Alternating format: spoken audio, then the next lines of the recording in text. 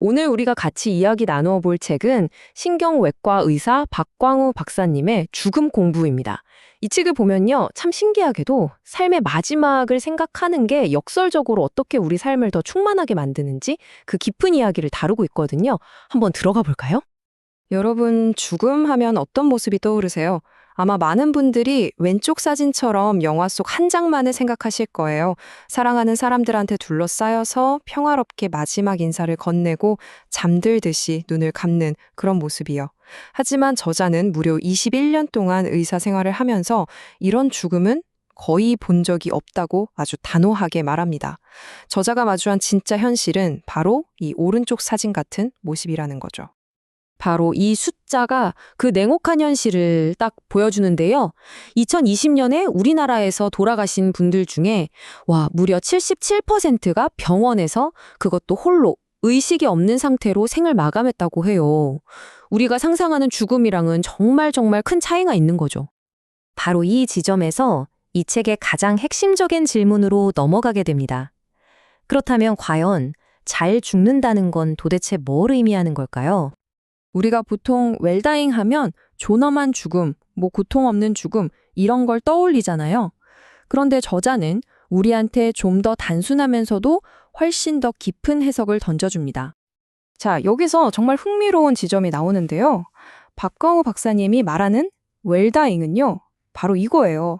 안녕히 계세요라고 작별 인사를 할 수 있는 죽음. 어때요? 정말 단순하죠? 그런데 이게 곱씹어 볼수록 참 많은 생각을 하게 만들어요. 그리고 이 개념을 정말 선명하게 보여주는 한 이야기가 있습니다. 58세 말기 췌장암 환자 이야기인데요. 이분이 선택을 합니다. 더 이상 항암 치료는 안 받겠다. 대신에 남은 시간을 온전한 의식으로 보내겠다고요. 고통은 마약성 진통제로 조절하면서요. 바로 그 선택 덕분에 이분은 가족 한 명 한 명 이름을 부르면서 네가 내 아들이어서 고맙고 자랑스러웠다 같은 그런 진심 어린 작별 인사를 나눌 수 있었던 거예요. 저자는 바로 이런 모습이 진짜 웰다잉이라고 말합니다. 자, 그렇다면 좋은 죽음이 작별 인사에 관한 거라면 우리가 죽고 난 뒤에는 과연 무엇이 남게 될까요? 이 세 자매의 이야기가 참 많은 걸 생각하게 하는데요. 원래는 사이가 참 좋았는데 재산 때문에 관계가 완전히 틀어진 거죠. 둘째가 뇌종양 앓는 큰언니 재산을 뺏으려고 막 하던 바로 그 순간에요. 반전이 일어납니다. 정작 본인이 위암 말기 판정을 받은 거예요. 죽음이라는 그 거대한 현실 앞에서 그토록 집착했던 돈은 정말 한순간에 아무 의미가 없어져 버린 거죠. 결국 핵심은 이거예요. 혹시 애니메이션 코코 보셨나요? 딱 그거랑 같아요. 죽고 나면 우리가 가져갈 수 없는 재산이나 명예가 남는 게 아니라는 거죠. 남는 건 오직 나를 기억해주는 사람들의 마음 속에 있는 나에 대한 기억뿐이라는 겁니다. 우리의 존재는 오직 다른 사람의 기억 속에서만 이어지는 거예요. 그런데요, 이렇게 의미 있는 준비된 죽음이 중요하다는 걸 알면서도 왜 우리 현실에서는, 특히 현대 의료 시스템 안에서는 그게 그렇게 어려운 걸까요? 도대체 뭐가 문제일까요? 가장 결정적인 이유는 바로 돈, 즉 경제적인 구조에 있습니다. 일반 병실은요, 치료 하나하나에 돈을 받는 행위별 수가제라서 병원 입장에서는 하루에 100만 원 정도 수익을 기대할 수 있어요. 그런데 호스피스 병동은 하루 진료비가 45만 원 정도로 딱 묶여있는 포괄수가제를 따르거든요. 병원 입장에서는 수익이 절반 이하로 뚝 떨어지는 거죠. 그러니 저자 표현을 빌리자면 이걸 선택하는 건 거의 미친 짓이 되는 셈입니다. 이런 경제적인 압박 때문에 정말 충격적인 사실이 있어요. 우리나라 최고의 병원이라고 불리는 서울의 빅5 병원 있잖아요. 그중에서 호스피스 지정을 받은 곳은 단 한 곳뿐이라고 합니다. 단 한 곳이요. 임종을 앞둔 환자들이 존엄한 마지막을 보낼 수 있는 선택지가 정말 너무나도 부족한 현실인 거죠. 이런 상황은 결국 환자랑 가족들을 두 갈래 길로 내몰게 됩니다. 한쪽은 면역치료, 줄기세포처럼 근거도 없는 희망을 파는 아주 비싼 대체요법이에요. 수천만 원을 쓰고도 결국에는 끔찍한 고통 속에서 생을 마감하게 되죠.